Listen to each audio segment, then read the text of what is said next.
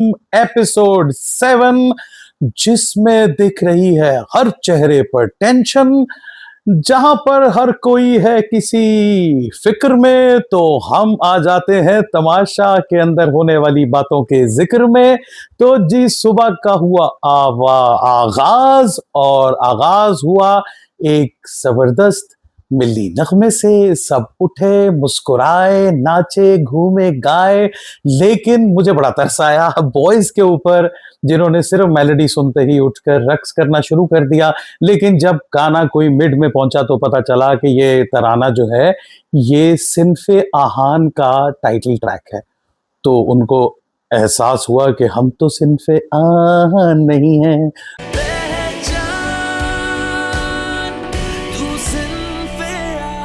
तो वो चीज मैंने एंजॉय की। उसके बाद आपने देखा कि सुबह सुबह लैला जी किचन में कर रही थी अपने दुखों का जिक्र, और वो कह रही थी कि मुझे सब पता चल गया है कि इनमें से कोई मेरा नहीं है, सब झूठे हैं, ऊपर की दोस्ती है, और जब वोट देने की बारी आती है तो ये सब मुझे धोखा देते हैं। धोखा धोखा धोखा। वहां से हम ऊपर गए तो कमरे में आपने देखा कि डॉक्टर जी खान सुबह उठते ही बबरिक शाह को एंटरटेन कर रहे हैं और उन्हें बता रहे हैं कि वो कैसे आलम को टॉर्चर कर रहे हैं। और उन्होंने बोलो अम्मा था, फिर कहते टच नहीं किया, मैंने कहा छू ना बोलो, मैंने कहा मैं तुम्हें इतना धमकी भी दी है कि तुम अगर मॉनिटर बने रहे तो मैं तुम्हारी जिंदगी आजाब बना दूंगा। वहां से हम वापस नीचे आए तो लैला जी फंसी को लेकर खड़ी थी, अपने उसी दुख के बाजे को स्टिल बजा रही थी कि वो देखो वो देखो वो जो ऊपर खड़ा है वो पहला ही टास्क जीतकर हम सबके सर पर आ चढ़ा है। देख रहे हो जो एक दिन खेल के 6 दिन सब तो क्यों? और ये मसला तो भाई घर में इस वक्त खड़ा है कि बबरिक बबरिक क्या है ये बबरिक बबरिक। तो खैर इस बात के जिक्र को हम आगे लेकर चलते हैं। यहां से एक बड़ी ही वही मजेदार सिचुएशन मैंने देखी, जहां पर हमारा प्यारा जे के जो है वो आया और जेब को और आलम को जो है वो उसने अपना दुख बताया है कि मुझे कत्ल की धमकी मिल गई है ब्रो। तमाशा रूल्स को तबाह कर दिया गया है, रात को बबरिक ने मुझे धमकी दी है। तो उन्होंने कहा कि भाई क्या धमकी दी है? तो उसने कहा मैं तुम्हें गले से सवा दूंगा। मैंने कहा सवा दूंगा मतलब? उन्होंने भी कहा कि सवा दूंगा। उसने कहा मैं तुम्हारा गला पड़ के I kill you bro, I kill you. बोला कि मैं आपको गले से सुवा दूंगा।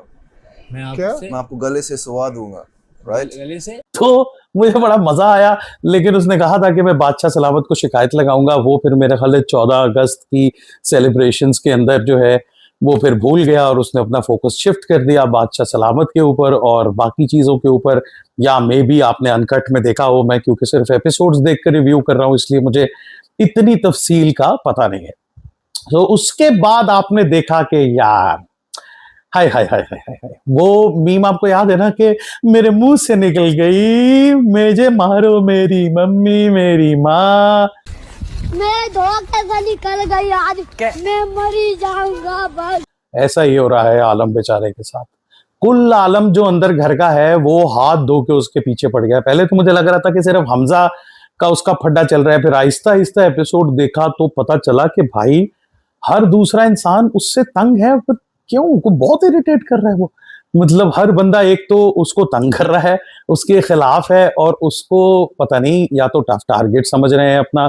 लेकिन आलम के साथ मैंने देखा यही चीज इसने बोली क्लियर कि डोमिनेंस ही, मतलब किस तरह से डोमिनेंस, मतलब तू डोमिनेट कर रहा है किसी को कि उसके पीठ पीछे या उसके मुंह पे हर कोई उसको यही इतना उन्होंने जिच कर दिया कि भाई तुम सैफ अली खान को कॉपी करते हो। तो उसने कहा हाँ हाँ हाँ, ओ भाई मैं कॉपी नहीं करता, हाँ मेरा एक कोई चीज मैंने उससे अडेप्ट की है। बात ही नहीं है, मैंने तो ऑन कैमरास बोला है कि मैंने उसकी एक चीज अडॉप्ट की है ऑन कैमरास। ये नहीं तो वो मैच कर रही है छोड़ दो मेरी जान, लेकिन इन्होंने कहा जान छोड़नी है, ये तो तमाशा वाले हैं, यही तो है तमाशा। तो देख ले, सुन ले, हाँ रिकॉर्ड पे जा रहा है, ऑन रिकॉर्ड जा रहा है। आज के बाद नाम मैं इंग्लिश से उर्दू। खैर उस बेचारे के साथ जो है ये सब तो चल रहा था। उसके आपने डाइनिंग टेबल पर देखा कि वहां पर भी एक डिस्कशन चल रही थी कि भाई कौन जाएगा, और अपनी अपनी सब राय दे रहे थे कि किस तरह की परफॉर्मेंस अब तक सबकी रही है और सारा सीन पार्ट जो भी हुआ है, तो वहां पर हमजा ने एक अच्छा पॉइंट रखा कि भाई था जिसका कुछ नजर आए,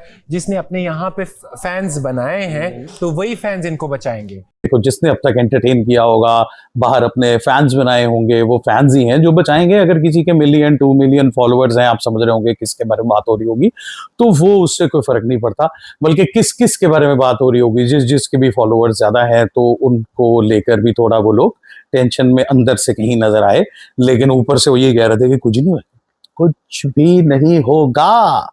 खैर जी, उसके बाद बड़ा ही एक मजेदार मोमेंट हमने देखा जहां पर डॉक्टर साहब ने अवामी, अच्छा एक चीज जो मैं इस सीजन में देख रहा हूं, जो एक एडिशनल मजा है, वो है जिसे पंजाबी में कहते हैं चेजेबाजी, या उर्दू में कहते हैं फिरकी लेना, या तंग करना, या सताना, हेल्दी एंटरटेनमेंट जिसको हम बोलेंगे, वो उसका ट्रेंड जो है वो इस घर में आया है। और उस ट्रेंड के इस दफा के सीजन के बानी है बबरेक शाह, जिन्होंने जो है वो टेंशन में भी जो है वो ह्यूमर क्रिएट कर देते हैं। और मैंने देखा वो आहिस्ता आहिस्ता शिफ्ट हो रहा है, जैसे कि डॉक्टर साहब ने लैला से पूछा कि लैला ओ लैला, अगर मैं ना होता तो तुम किसकी दोस्त होती सहेली। आपको किस किस्म की केमिस्ट्री आपको अच्छी लग रही है? आप जाएंगे तो उसके बाद उनका बाउंड बनेगा तो फिर दिखाई देगा। तो लैला ने कहा यार मैं तो सबकी दोस्त होती। तो बड़ी मजेदार बात की मीसम ने कि उन्होंने कहा डॉक्टर साहब आप जाएंगे तो फिर उसके बाद ही पता चलेगा, तो अगर आपको सवाल का जवाब लेना है तो प्लीज गेट आउट। तो मतलब वो एक अच्छा मजेदार सा, मुझे तो हंसी आई उस बात पे। उसके बाद खैर अगला जो एक सिचुएशन आई वो ये कि लैला न्यूट्रल रहे। हाँ, लैला उस सिचुएशन में बिल्कुल न्यूट्रल रही और फिर शुरू हुई एक ना रुकने वाली जंग जिसका नाम है अलायंस, टीमिंग एंड प्लानिंग। तो जहाँ से इनकी सोच खत्म होती वहां से हमारी सोच फिर शुरू होगी। तुम्हें पता ही बहुत चला कि मैं आपने देखा कि अब इस वक्त सारे लोग बढ़ चढ़कर टीमिंग और प्लानिंग में हिस्सा ले रहे हैं और हर कोने में कुछ ना कुछ बात करते हुए नजर आते हैं। तुम अलायंस मत बनाओ, तुम अब मैं तुम्हें बेस्ट तरीका बताता हूं। मुझे अलायंस की जरूरत तो नहीं है। मैं और वहां पर भी यही हो रहा था कि किसको सेव किया जाए, अपने अपने पसंदीदा लोगों की टीम बनाई जाए। और अभी ये सिलसिला शुरू हुआ ही था कि निकलो ज़ेब, तुमने मुझे अब तक जब भी समझाया है हम अनसेफ ही रहे हैं।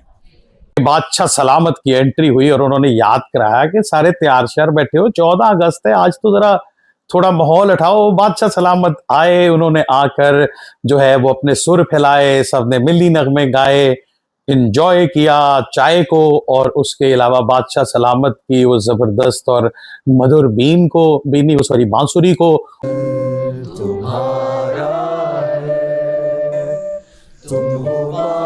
और उसके बाद बादशाह सलामत टास्क अनाउंस करके चले गए। और इस एपिसोड की जो हाइलाइट्स हैं मैं जरा उन पे आना चाहूंगा, जिनमें मेरी नजर में इस दफा हाईलाइट रही राबिया। इसको अगले वीक मुश्किल पड़ने वाली है। इसको तो कोई नहीं छोड़ेगा। जो कि एकदम प्रोमिनेंट हुई और उन्होंने अपनी अंदर की लीडरशिप क्वालिटीज को उजागर किया और अपने अंदाजों के मुताबिक एक पूरी कोल फेस कॉन्फ्रेंस अरेंज की, जिसमें उन्होंने समझाया कि देखो ये जो बॉयज हैं ये हमें ऊपर से समझ रहे हैं बेवकूफ और हम हैं नहीं। आप लोग देखो कि बॉयज अपने बॉय गैंग वाले वोट को एक्सप्लॉइट कर रहे हैं, तब यूज योर ब्रेन्स। तो मैं समझ गई हूँ ये सारे रात को प्लानिंग करते हैं कि कुछ भी हो जाए पहले इन सारी लड़कियों को बाहर निकालो, यहाँ पर हमने बॉयज हॉस्टल बनाना है तो हम इसको गर्ल्स हॉस्टल बनाती हैं और तुम सब मेरा साथ दो। क्या तुम मेरे साथ हो?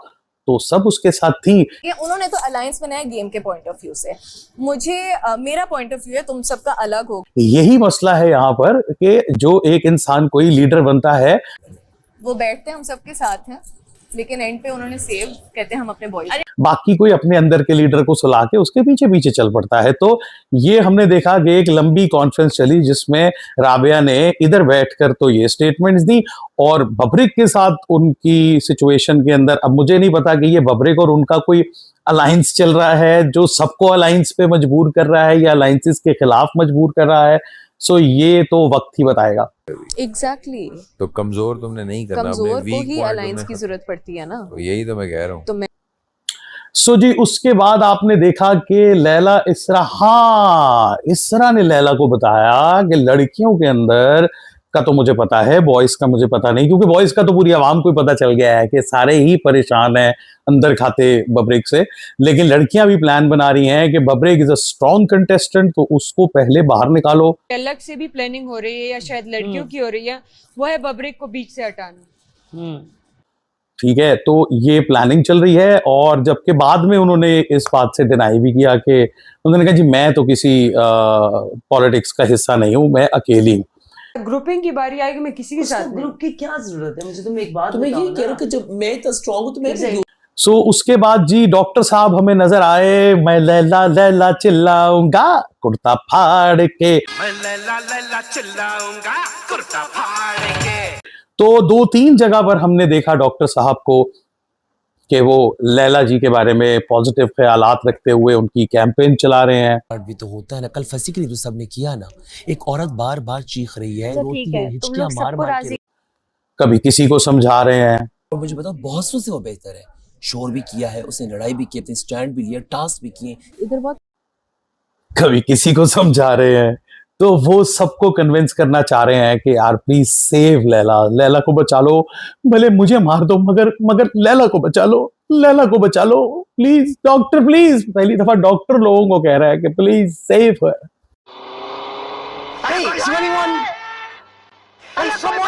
सो खैर ये एक मुझे बड़ा मजे के, अच्छा मुझे ऐसा लगता है कि डॉक्टर ज़हीर खान जो है उनका अगर किसी के लिए सॉफ्ट कॉर्नर है तो वो बड़ा जेन्युइन है, तो वो नजर आता है कि वो लैला के लिए या एक आध लोगों के साथ बड़े जेंटल लोग हैं।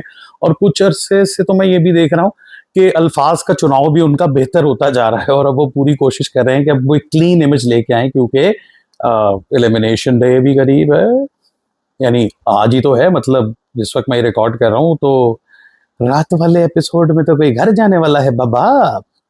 सो जी उसके बाद आपने एक जगह पर देखा डॉक्टर साहब कह रहे हैं कि उफ ये घर तो बहुत टेंशन देता है, लेकिन डॉक्टर साहब फिलहाल इस टेंशन का काफी सारा हिस्सा आप लोगों को दे रहे हैं लड़ लड़ के।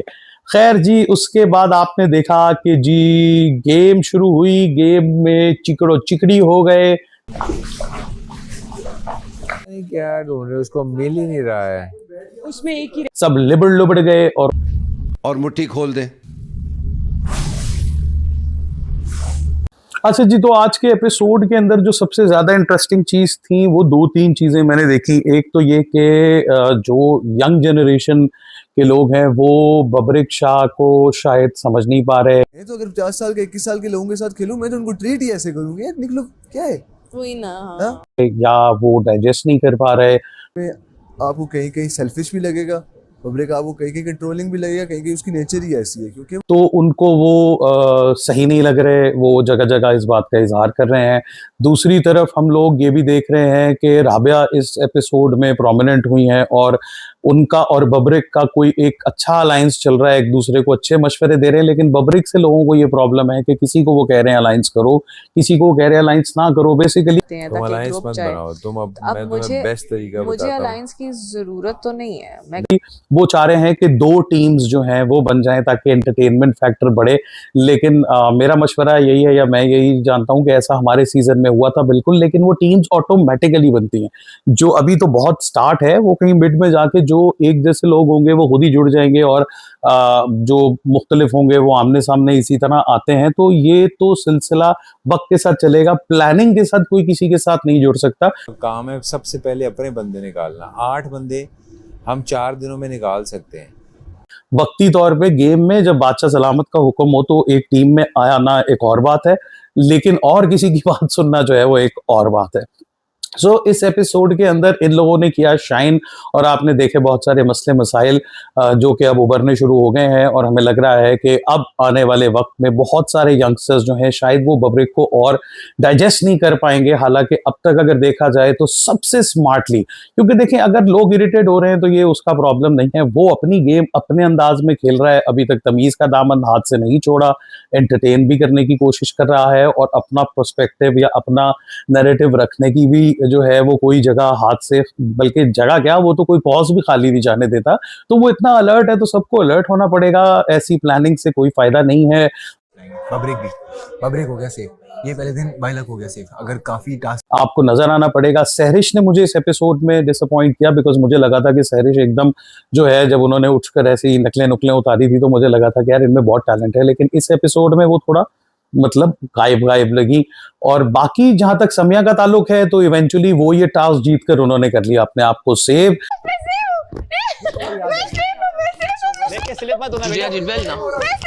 उन्होंने जेब का मशवरा नहीं माना पहले। जेब तुमने मुझे अब तक जब भी समझाया है हम अनसेफ ही रहे हैं।